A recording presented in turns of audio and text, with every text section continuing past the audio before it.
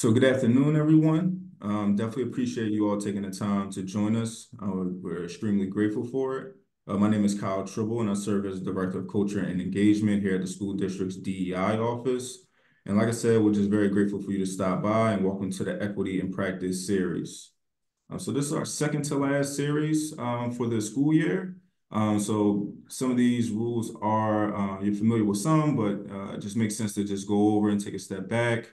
So before we begin, we want to just give a few housekeeping rules, and we're asking all attendees that are here to remain on mute until the Q&A session, which will be immediately after today's presentation. So this series serves as a lunch and learn, so please feel free to enjoy your lunch at this time, and you can do that on camera, off camera, the choice is yours. We want to also mention that this session will be recorded, which is always indicated on your top left corner. You'll be able to find this recording on the district's DEI YouTube page. So for those that don't know, Equity in Practice is a series and a collection of community learning opportunities hosted by the school district's DEI office in collaboration with community organizations throughout the city of Philadelphia. Oh, pardon me. In collaboration with community-based organizations throughout the city of Philadelphia that are focused on equity, cultural awareness, and also social justice. So the goal of this series is to establish a community of learning between the SDP community and community-based organizations that promote collective learning, along with collective action, and leads to equitable change throughout the city of Philadelphia. And as always, we want to start with historically marginalized communities and populations. So this month, we're very grateful and happy to celebrate Jewish American Heritage Month, which is a great opportunity to highlight Jewish American history here in America and the contribution of the Jewish community. With that, we want to also just take the time to welcome our guests, which is the Weizmann Museum of Jewish History. And they have a great history of working with the community and providing fun and educational experiences for our students and community members here in Philadelphia. So just want to take time to thank them for joining. Joining us from the Weizmann Museum is Rebecca Krasner, who serves as a Director of Education. And we also have Carly Paul, who serves as the Manager of Education. Rebecca and Carly, the floor is yours, and thank you for joining us. Thank you so much. We are going to get started. Rebecca is going to share her screen shortly for a slide deck, but I just want to introduce myself first. I am Carly Paul, as Kyle said, the Manager of Education, and I'm coming from a teaching background, teaching third grade in the public school setting for 9 years. And we have Rebecca, who's also going to present today as well. She is the Director of Education. And thank you so much for joining us today. And just as we're starting, I would love to know more. If you could just put in the chat your position in the district or your position, or how many years you've been in education, that would be good. And maybe even any exciting plans that you have for the summer as our eyes are set for summer vacation. And I also wanted to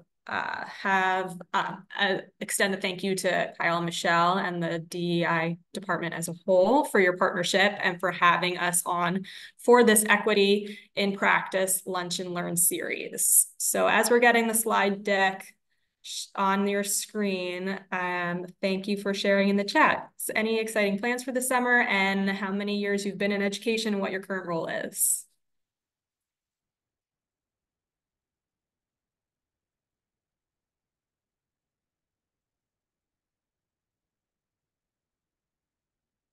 Thank you, Diane. Welcome, Molly, Dr. Hope Barnes, Dr. Jubilee.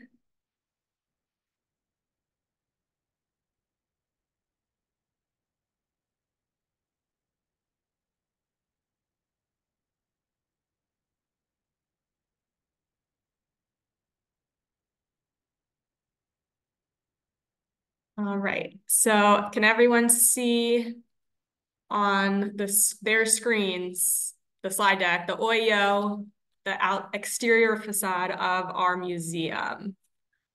Okay, I got a thumbs up, so I think we're good. I just want to give a little brief background about who we are at the Weitzman, what do we do here, and give you a little introduction to the museum itself. It was established in 1976. It is situated on Philadelphia's Independence Mall, where the Liberty Bell is, Independence Hall, the Constitution Center here, the President's House. And we are the Weitzman National Museum of American Jewish History. We are the only museum in the nation dedicated exclusively to exploring and interpreting the American Jewish experience. We have in person and online, we present over 360 years of American Jewish life from the earliest days of European settlement until the present day. We tell the story of our nation through the diverse backgrounds, expectations, and experiences of Jews who came to America. And these stories of American Jewish life are quintessentially about resilience, aspiration, struggle, determination, and imagination. Next slide, please. And then just to show you our mission statement here at the museum, and I also just wanted to highlight that while the Holocaust is part of the story that we tell, we are not a Holocaust museum. It's only one piece of a long and rich history in Jews in America and the Jewish experience. So lately in our school programs, we've also been focusing more and more on telling the story of who Jews are, starting from the beginning with the basics of our shared history and our peoplehood, and focusing on the vibrant and diverse lives of Jewish people who call America home. Next slide, please. And as Kyle already mentioned, just to give a little plug for JAM, for Jewish American Heritage Month, that's why we are presenting now. The school year is almost over. Everyone's in need of a break. I know your sights are set to just making it to summer, but May is Jewish American Heritage Month, or we call it JAM as well. It's powered by the Weitzman. And before we dive into what we have to offer here at the museum, I just wanted to give a little plug for that. We have the JAM website on our website as well. And as it's coming to a close, just know that the resources that we have on this website are available for all year long, not just for the month of May. And next slide, please. I'm just going to jump in for a minute and add that on the right here, you'll see a poster. And on the poster, there's a QR code. And each of those QR code, we have 4 total posters. So each of the people represented here we have this poster with all of them, and then individual posters for each. And each QR code has lesson plans attached to each of the luminaries on the posters, and some of your schools in the district have these posters. If you'd like a poster, please let us know. We have many of them, and we are really happy to make sure that they get into your classrooms and into your school environments. So our agenda for today's session, we have a couple things that we want you to be aware of and to know about, and also so that you can follow up and so we can follow up with you. So the first thing is that Rebecca is going to talk about the Weitzman Stories That Shaped a Nation initiative. And that's going to be something that's exciting. It's a current initiative and an opportunity that's actually starting this summer. So very relevant to talking today. And we are also going to talk about our Common Core aligned programming. So the school programs that we have that are all aligned with Common Core. And we have 3 flagship programs: Becoming American, Courageous Choices, and Unique Promise in Perfect Freedom. It says grades 3 to 7. We've done second grades as well for Becoming American, and K through 2, we also can always tailor tours or scavenger hunts or things like that to have. We are definitely able to provide programming for all grade levels, not just what you see there. And then also the last plug that we have is we're always open to partnerships. I want to show you a partnership we did this year with an 11th grade class from Central High School, just to show you and get your imaginations going, and maybe we can work together in the future. I'm going to hand it off to Rebecca to explain the Weitzman Stories That Shaped a Nation initiative. Thank you, Carly. So as Carly mentioned, we have this new initiative. This is a grant-funded program through federal funding, the Department of Education. And it's showing up in 3 ways. One is going to be a complete curriculum, a multi-lesson curriculum. I think right now in the design plan, we're up to 10 lessons.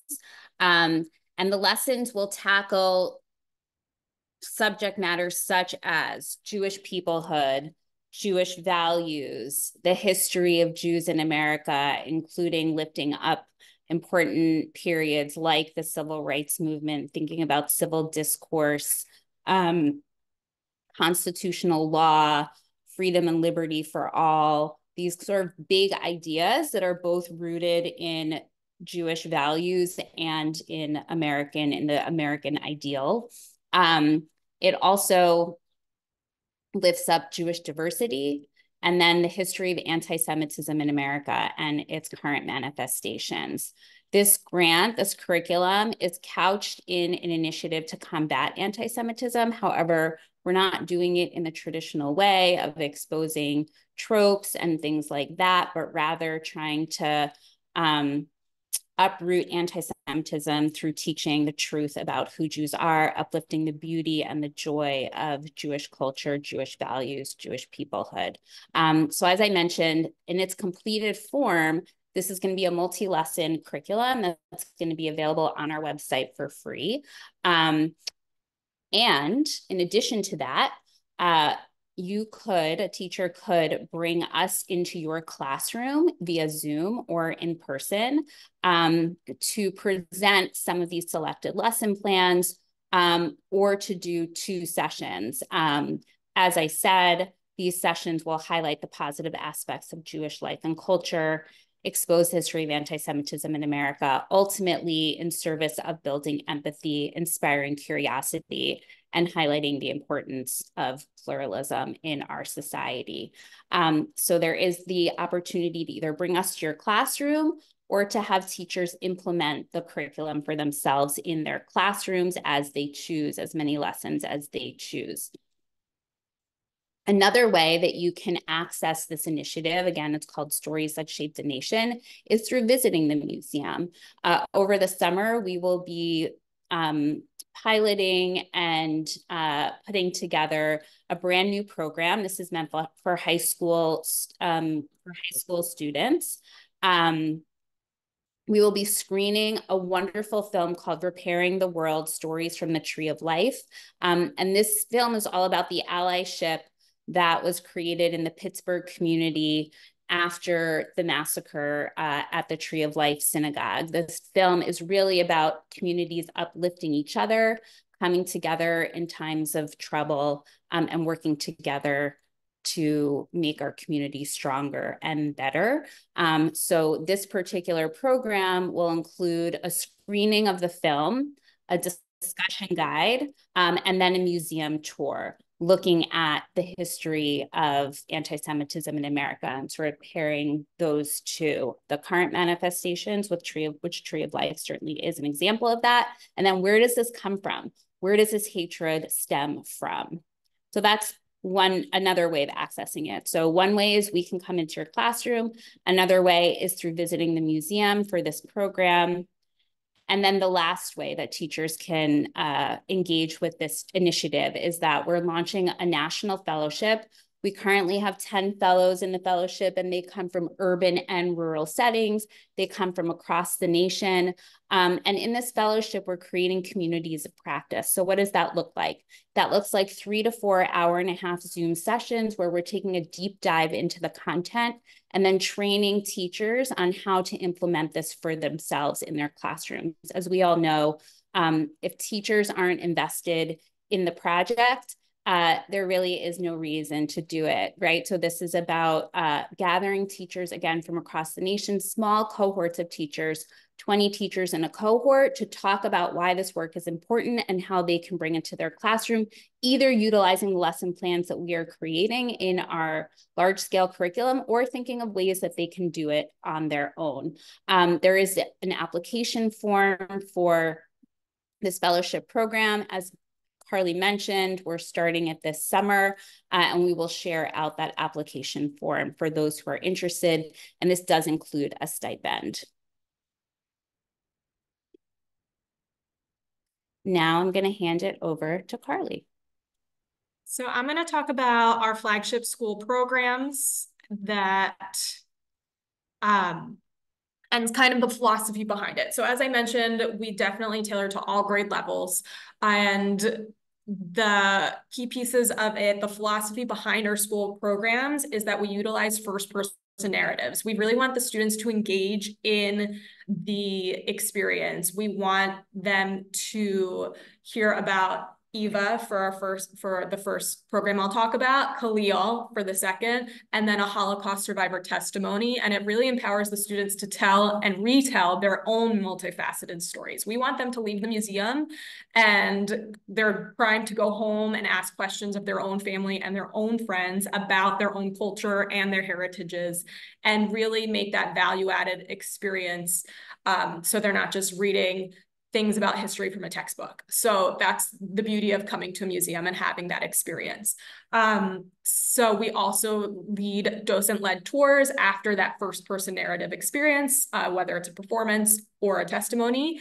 And we are always open to tailoring those to your curricular needs, what the students have been learning that year, that semester, that marking period, that was part of my job coming on board, is to be that teacher liaison to really make the experience the best that it can be for you and your students.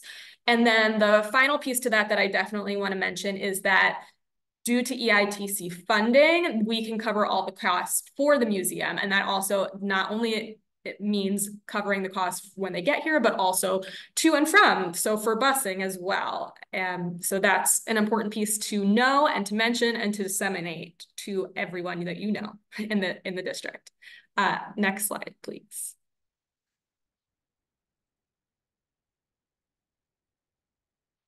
So for Becoming American, this has a two-part program. And starting with that one, this first-person narrative tells the story of Eva Bain. She came from Eastern Europe to America and ultimately settled in Philadelphia. Her family still visits the museum today. And just like we do for the schools and the students, I'm going to let her tell her story, and then I'll follow up with some more information.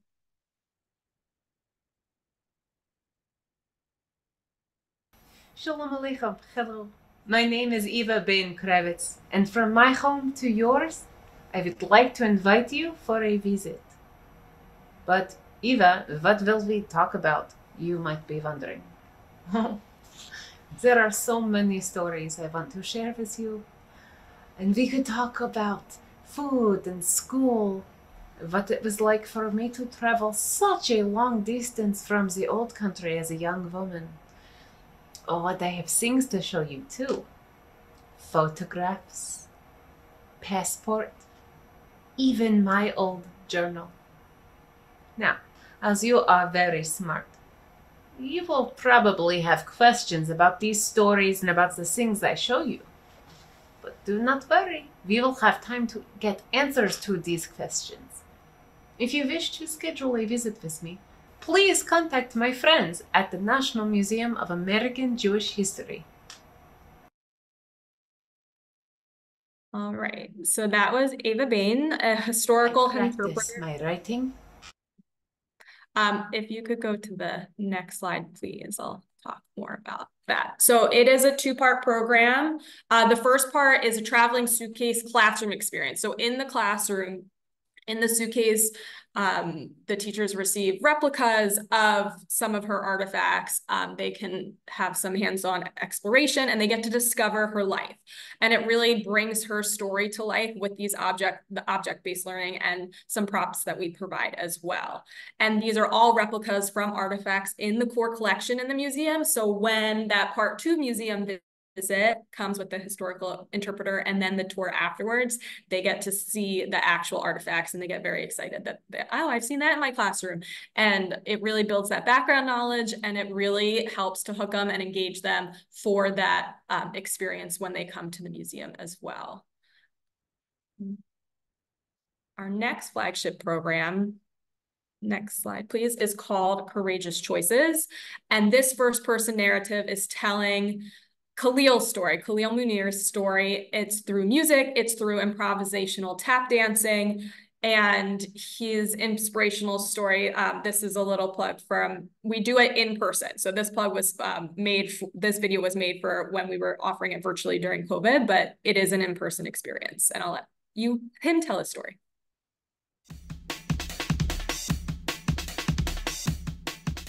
Hello, my name is Khalil Munir, and this is your official invitation to join us for our new virtual version of the National Museum of American Jewish History's Courageous Choices program.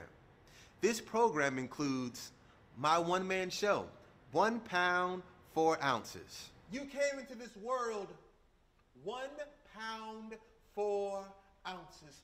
My God. Where I discuss obstacles, including my parents' drug addiction, my father's incarceration. Did I ask a bad question, Dad? I asked her, how come all the other kids' dads are at home with them and my dad is still in here? And my learning disabilities. And she asked me if I had dyslexia. Dyslexia? Dyslexia? It also displays my courage and triumph in a creative and musical manner. Uh-huh. I see you. We also talk about American Jews that had to overcome adversities in order to find their voice. I hope you can bring courageous choices to your community and be inspired by my story of how someone, no matter their age or background, can be an agent for positive change. And we can all use some positivity.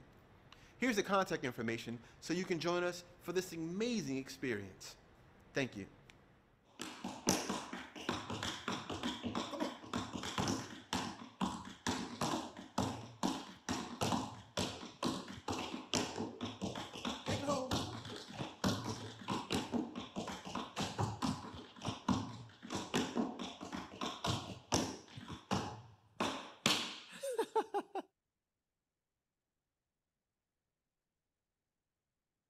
Okay, next.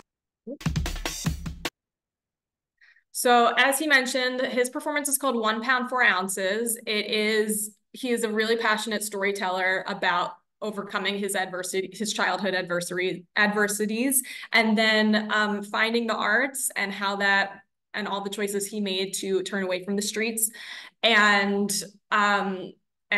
succeed in his story and in his life and pursue his passions.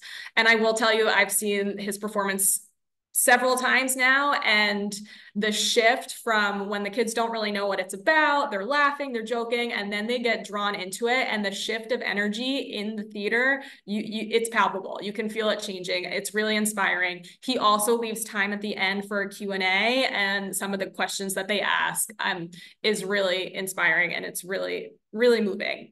And then after the performance, after the Q&A, we leave some time for a thematic tour for Courageous Choices about, in the historical context of the museum, about our shared history. We focus on allyship and some people who have made some courageous choices in the communities, in American communities, Jews and also others. So we highlight some of the notable figures in our museum who have made courageous choices. Next slide, please. And then the third flagship program that we have for the high schoolers is called Unique Promise, Imperfect Freedom. And it delves into the promises and shortcomings of our nation. So we use the survivor testimony. It's first generation or second generation, nowadays more so the second generation survivor testimony of the Holocaust. And then the tour, and we piece those together to really catalyze the discussions about American history, about justice, about progress, about the give and take between the immigrant populations and the lives that people have created for themselves, the American Jews have created for themselves. And then we also want to have those questions about contemporary America today. What does freedom mean to you today? Do you think a civil rights movement is needed today?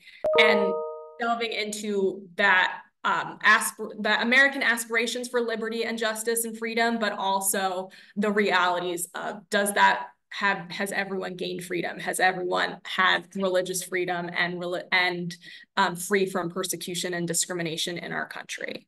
And so that's our piece of telling it through storytelling with a first-person narrative of a Holocaust survivor testimony.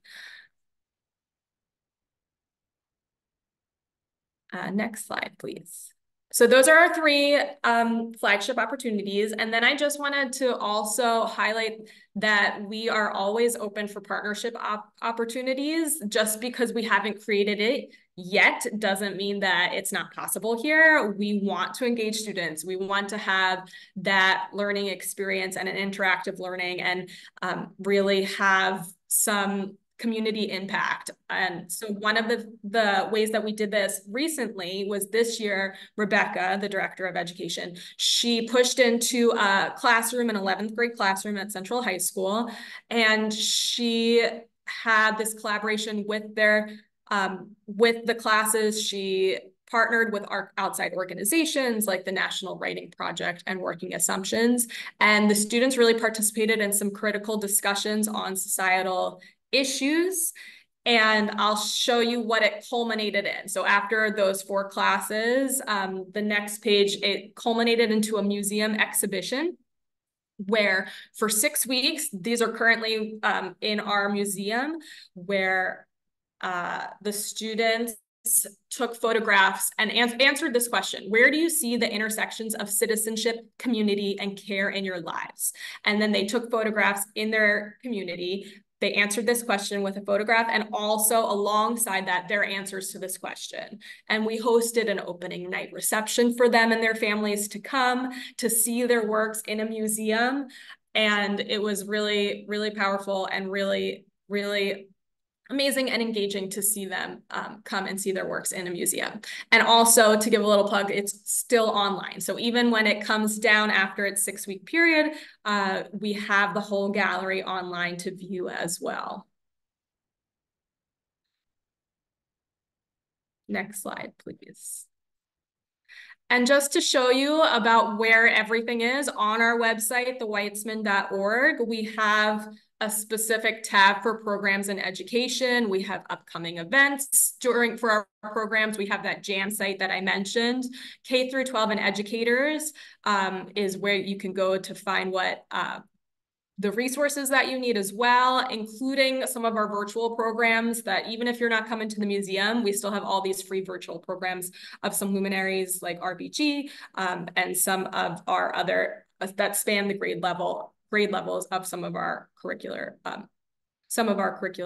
opportunities and offerings. Next page, please. And also on our website, so next to that programs and education tab, there's an exhibitions tab. Like I mentioned, you can see that Central High School photography installation, but also where it says core exhibition, our whole entire museum is all online. It's great for if you are planning on coming to the museum, or even if you're not, but it's great for pre-teaching before visiting, that you can access all of these artifacts. You can build that background knowledge, and it definitely makes it more engaging for a student to come in and be like, oh, I've seen that before, and to see the artifacts in real life in person. Next slide, please. And then I just wanted to also let you know of my personal contact information, and I would love for you to book now for next year to get a date and a time that you prefer. We can talk more about the flagship programming. If you have any more questions, feel free to reach out to me directly, and we would love to have you in. Thank you so much, Carly and Rebecca. Definitely just appreciate all the amazing programs and information provided. Just want to open up, feel free, open up to the group just to see if we have any questions for Carly and Rebecca regarding their programs. And, feel free to come off mute, or you can also drop a question in the chat and I will read it out for you. So I'll leave space for that now.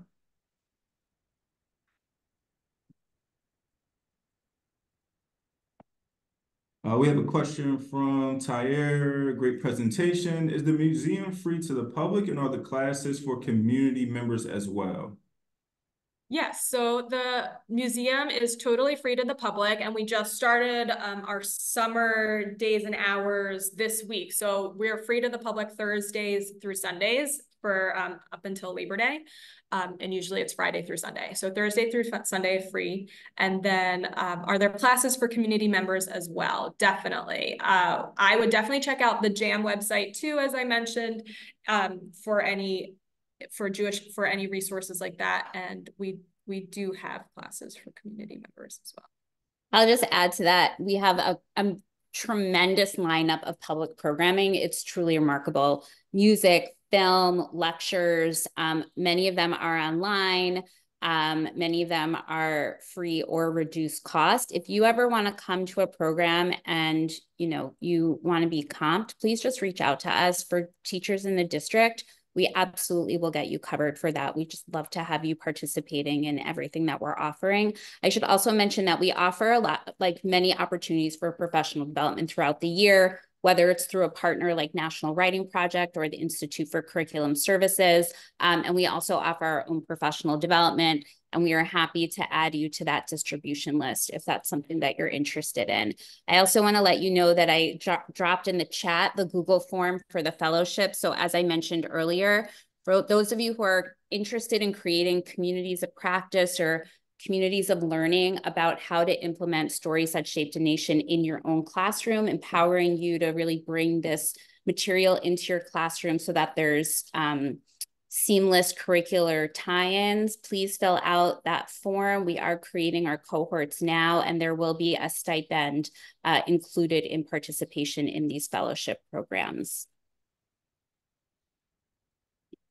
Great. I see one more question from Christopher. Rebecca and Carly, you might have already answered this, but I'll read it anyway.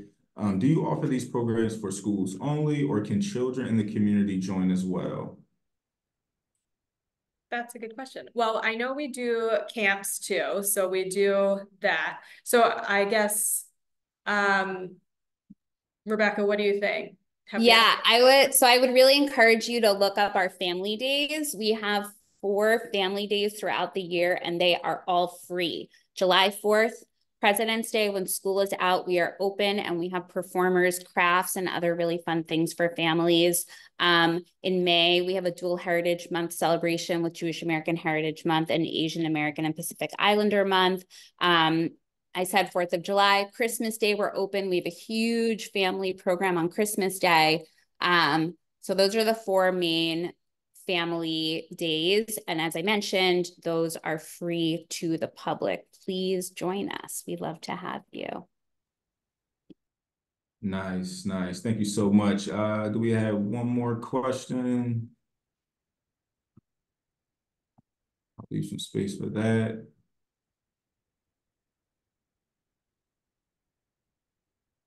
All right, I think we are good to go. Definitely want to send just thank the Wiseman Museum for all the amazing work that you're doing. We really appreciate you taking the time, Rebecca and Carly, to join us today. For those who have registered and those who have joined, we will be able to send a lot of this information to you via email, so I will get on that today. And also too, for those educators and staff members who are not able to join, you can always find this video on YouTube. Our YouTube page, I will drop it in the chat for everyone to share with a community member or a friend, but it is SDP, Office of Diversity Equity 7097. You'll be able to find all Equity and Practices series and sessions there, and we'll be sure to post this one by the end of the week. So I want to thank Rebecca and Carly again, and hope you all have a great day. Thank you, everybody. Take care, everyone. And if there's specific questions or tailored programs that you want to explore, as Carly said, we are really here to serve you and support you in meeting your curricular goals throughout the academic year and beyond. Absolutely. Sounds good. Take care, everyone.